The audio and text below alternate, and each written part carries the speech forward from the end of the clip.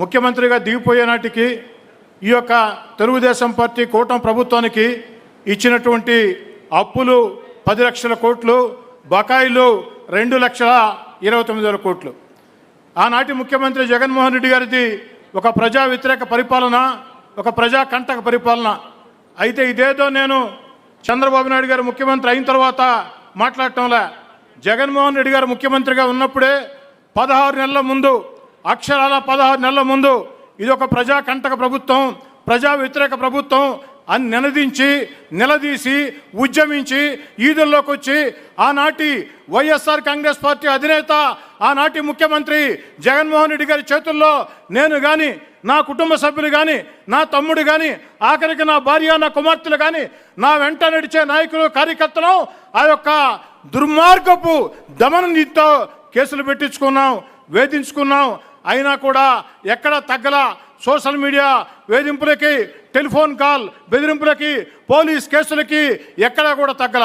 నా ఉద్దేశం ఒకటే, భయపడతా బతికితే 2 ఏళ్ళు ఎక్కువ బతకం.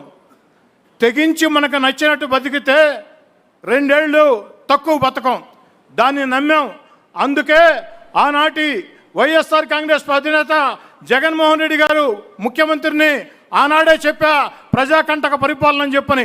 మరి ఈనాడు ఏదైతే చంద్రబాబు గారు ముఖ్యమంత్రిగా ఆంధ్రప్రదేశ్ ఈరోజు అన్ని రకాల కూడా ముందుకు వెళుతూ ఉంది. అన్ని రకాల కూడా భవిష్యత్తులో ఆంధ్రప్రదేశ్ అక్షర క్రమే కాదు, అన్ని రకాల కూడా ముందుంటున్నది నా విశ్వాసం. అందుకే ఈ యొక్క తీర్మానాన్ని పూర్తి స్థాయిలో బలపరుస్తూ ఈ యొక్క మహానాడు సందర్భంగా నారా లోకేష్ గారిని ప్రత్యేకంగా అభినందిస్తూ ఉన్నా. ఎందుకు అభినందిస్తున్నామంటే స్త్రీని ఆది శక్తిగా, పరాశక్తిగా, గౌరీ మాతగా ఏదైతే ఆరాధించే దేశంలో, భారత మాతగా సంబోధించే దేశంలో ఆ స్త్రీ శక్తిని ప్రోత్సహించాలా.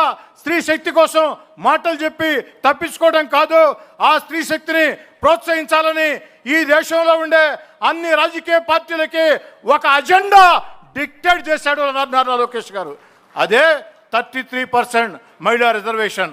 ఈనాడు ఈ దేశంలో అటక్ నుంచి కటక్ దాకా, కాశ్మీర్ నుంచి కన్యాకుమారి దాకా విస్తరించిన ఈ సువిశాల భారత పవిత్ర పుణ్యభూమిలో ప్రతి రాజకీయ పార్టీకి వచ్చే ఎన్నికల్లో తప్పనిసరి పరిస్థితి 33% మహిళలకి రిజర్వేషన్లు ఇచ్చి తీరాల్సిందే. దానికి కారణం మన ఆరాధ్య నాయకుడు నారా లోకేష్ గారి నిర్ణయం. దాన్ని ఆమోదించినటువంటి చంద్రబాబు నాయుడు గారి పెద్దరికం. ఈ రెండు కలగలిపి ముందుకు సాగుతూ ఉన్నాం సోదరులారా. మరి ఈనాడు మీకు అందరికీ నేను మనవి చేసేది ఒకటే, ఏదైతే యువతరం ఆకాంక్షలు ప్రపంచవ్యాప్తంగా మారుతూ ఉన్నాయి, యువతరం ఆకాంక్షలు రాబోయే రోజుల్లో యువతరం భారతదేశ రాష్ట్ర రాజకీయాల్ని దిశ నిర్దేశించబోతుంది. రాబోయే రోజుల్లో మహిళలు రాజకీయాల్ని శాసించబోతున్నారు. మరి ఏదైతే యువతకి, జంజీ యువతకి ఒకటే కోరుకుంటుంది, మాకయ్యే నాయకుడు, హత్యా రాజకీయాల చరిత్ర ఉండే నాయకులు మాకొద్దు, అవినీతి పరులైన నాయకులు మాకొద్దు. మాకు కావాల్సింది విజనరీ లీడర్, మాకు కావాల్సింది మా ఆకాంక్షలకి తగ్గ నాయకుడు, క్లీన్ ఇమేజ్ ఉన్నటువంటి నాయకుడు, మా గురించి ఆలోచించే నాయకుడు. దానిని జంజీ యువత నారా లోకేష్ గారిలో చూసుకుంటూ ఉంది. ఎందుకని చెప్తున్నానంటే, చంద్రబాబు నాయుడు గారి ఆలోచనల్ని నారా లోకేష్ గారు ఏదైతే పట్టుదలతో ముందుకు తీసుకుని పోతున్నారో, ఆ జంజీ యువతలో ఆకాంక్షలు తెలిసిన వ్యక్తిగా, ఇటీవల కాలంలో ఆ జంజీ యువతతో అనేక మందితో వ్యక్తిగతంగా మాట్లాడిన వ్యక్తిగా నాకు ఇష్టం. రాజకీయాలు నా జీవితం, రాజకీయాలు నా శ్వాస, రాజకీయాలు నా ఊపిరి, వేరేది నాకు అలవాటు ఉండదు. ఆ యొక్క యువతతో చర్చించి మీకు చెప్తూ ఉన్నా, మనం అందరం కూడా ఆ జంజీ యువత, ఆ మహిళలకి దగ్గరగా సాగుదాం. ఖచ్చితంగా ఆ యువత ఆకాంక్షల్ని తెలుసుకుని సాగుతాం. ఒక అద్భుతమైనటువంటి భవిష్యత్ నేత, యువ నేత నారా లోకేష్ గారు వాళ్ళందరిలో ఒక నమ్మకాన్ని సంపాదించారని తెలియజేసుకుంటూ నా మాటలు ముగించే ముందు చిట్ట చివరగా దయచేసి బెల్లగొట్టగుద్ది కేశవన్న 1.5 నిమిషం అంతే. ఈనాడు ఈ మహానాడు వేదిక సాక్షిగా రాష్ట్రంలో ఉండే శాసనసభ్యులందరికీ పిలుపునిస్తూ ఉన్నా. నా మాటలు కొంతమందిని బాధ పెట్టొచ్చు, దాన్ని నేనేం చేయలేను.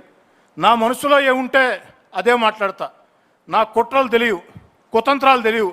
తెలిసిందల్లా నేను నమ్ముకున్నటువంటి నాయకుడు బాగుండాలా, నా పరిధిలో నాయకుడు నష్టం జరగకూడదని. మీ శాసనసభ్యులు చెప్పేది ఏంటంటే, మనం అందరం ఎమ్మెల్యేలు అయ్యామంటే దానికి కారణం రెండు. ఒకటి, చంద్రబాబు నాయుడు గారు, లోకేష్ గారు మనకి బీఫారం ఇస్తే నియోజకవర్గంలో పార్టీ జెండా మోసే కార్యకర్తలు మనల్ని భుజాల మీద పెట్టుకుని మోస్తే ప్రజలు బాబు గారి నాయకత్వం కావాలని కోరుకుంటే మన ఎమ్మెల్యేలు అయ్యాం. మనం కూడా కష్టపడ్డాం, లేదని నేను చెప్పటంలే. కానీ ఎమ్మెల్యేలు అయినంత మాత్రాన మనం దైవం సంబూతం కాదు. ఆ భగవంతుడు చంద్రబాబు నాయుడు గారు, నారా లోకేష్ గారు అవకాశం ఇచ్చారు. జీవితకాలం మన ఎమ్మెల్యేలుగా ఉండాలా అన్న తపన ఉండాలా. ఆ తపన ఉండాలంటే నేను చెప్పేది ఒకటే, పార్టీ సుప్రీం, మన అధినేత మాట వేదవాక్కు, యువనేత మాట వేదవాక్కు, ప్రజలకే జవాబుదారీగా ఉండాలా. అన్నిటికీ మించి ఆ కార్యకర్తల్ని కుటుంబ సభ్యుల్లా చూడాలా. మన కోసం కష్టం చేసిన కార్యకర్తలు, జెండా మోసిన కార్యకర్తలు, వీధిలో దిగిన కార్యకర్తలు మనలో చాలామందివి. నేను ఎలక్షన్లో 16 నెలల ముందు తెలుగుదేశం పార్టీలోకి వచ్చా. చాలామందివి నెల రోజుల ముందు వచ్చారు, ఇంకొంతమంది ఎలక్షన్లు అయిన తర్వాత వచ్చారు. కానీ మనకు బాబు గారు టికెట్ ఇస్తే ఆ యొక్క క్షేత్రస్థాయిలో ఉన్నటువంటి కార్యకర్తలు మనల్ని గుండెల్లో పెట్టుకుని భుజాలు ఎక్కించుకుని గెలిపించారు. మరి రుణం తీసుకోవాల్సిన అవసరం లేదా? అవకాశం మనకు వచ్చింది, రాబోతుంది. స్థానిక ఎన్నికలు, కార్యకర్తల్ని నాయకుల్ని చేసే ఎన్నికలు. నేను చంద్రబాబు నాయుడు గారికి, నారా లోకేష్ గారికి నా మనసులో మాట చెప్తున్నా. అన్నా, మనం అధికారంలోకి వచ్చిన తర్వాత మనకు అడిగి చాలామంది వస్తారు. కానీ స్థానిక ఎన్నికల్లో మనం కష్టపడితే 100కు 100 గెలిచే అవకాశం ఉంది. కాబట్టి స్థానిక ఎన్నికల్లో మొదటి నుంచి తెలుగుదేశం పార్టీ జెండా ఎవరైతే మోస్తున్నారో, కష్టం ఎవరైతే చేస్తున్నారో, కేసులు ఎవరైతే పెట్టించుకున్నారో, పార్టీ అధికారంలోకి వస్తుందా రాదా అని తెలియకున్నా కూడా తెగించి పోరాడారో, స్థానిక ఎన్నికల్లో మీరు సర్వేలు చేసి వారికే టిక్కెట్లు ఇవ్వండి. ఒక ఎమ్మెల్యేగా కోరుతూ ఉన్నా, మీరు ఎవరికైతే కష్టం చేసే కార్యకర్తలకు ఇస్తారో వారిని మా భుజాల మీద పెట్టుకుని గెలిపించే బాధ్యత మేము తీసుకుంటాం. మరీ ముఖ్యంగా నెల్లూరు రూరల్ నుంచి నేనే ప్రారంభిస్తూ ఉన్నా. నెల్లూరు రూరల్లో నా జోక్యం ఎక్కడా ఉండదు. పార్టీ నిర్ణయించండి, పార్టీ కోసం కష్టం చేసే వాళ్ళని పెట్టండి. అధికారం వచ్చిందో వచ్చేవాళ్ళు వస్తూ ఉంటారు, పోతూ ఉంటారు. కానీ ఎమ్మెల్యేలుగా పోటీ చేసేవాళ్ళు, ఎంపీలుగా చేసేవాళ్ళు వస్తూ ఉంటారు, పోతూ ఉంటారునా. కొంతమంది మీతో గట్టిగా ఉంటారు. కానీ ఆ కింద కూర్చున్న, ఆ జెండా మోసిన కార్యకర్తలు ఈరోజు మీరు వర్చువల్ మహానాడు పెడితే ఆ యొక్క ప్రాంతాల్లో ఒక పండుగ వాతావరణంలో సాగుతూ ఉంటే అక్కడ కూర్చుని ఏదైతే మీరు చెప్పే మాటలకి, నిన్న లోకేష్ గారు ఉపన్యాసంకి హోరెత్తారు, బాబు గారు మాట చెప్పారు, దానికి హోరెత్తారు. కాబట్టి ఆ కార్యకర్తలే పార్టీ సొంతం. నాలాంటి శాసనసభ్యులో లేకుంటే ఎంపీలో మేము సొంతం కాదన్నా. ఖచ్చితంగా కార్యకర్తలే సొంతం. కష్టం చేసిన కార్యకర్తల్ని అభ్యర్థులుగా పెట్టి ఎమ్మెల్యేలకు చెప్పండి, మేము పెట్టాం అభ్యర్థుల్ని, వీళ్ళని గెలిపించి తీరాలని చెప్పండి. అప్పుడు నిజమైనటువంటి కార్యకర్తలకి న్యాయం జరుగుతుందని కోరుకుంటూ, భవిష్యత్తులో నారా లోకేష్ గారు ఇంకా ఉన్నత స్థితికి రావాలని, నారా చంద్రబాబు నాయుడు గారు ఇంకా కూడా ప్రజలకి ఆరోగ్యాలతో సేవలు అందించాలని, వారి నేతృత్వంలో అద్భుతంగా మహోద్భుతంగా ఆంధ్రప్రదేశ్ ముందుకు సాగుతుందని మనసా వాచా నమ్ముతూ మీ అందరి వద్ద సెలవు తీసుకుంటూ, బెల్లు కొట్టనటువంటి కేశవన్నకి ప్రత్యేకంగా ధన్యవాదాలు తెలియజేస్తున్నాను.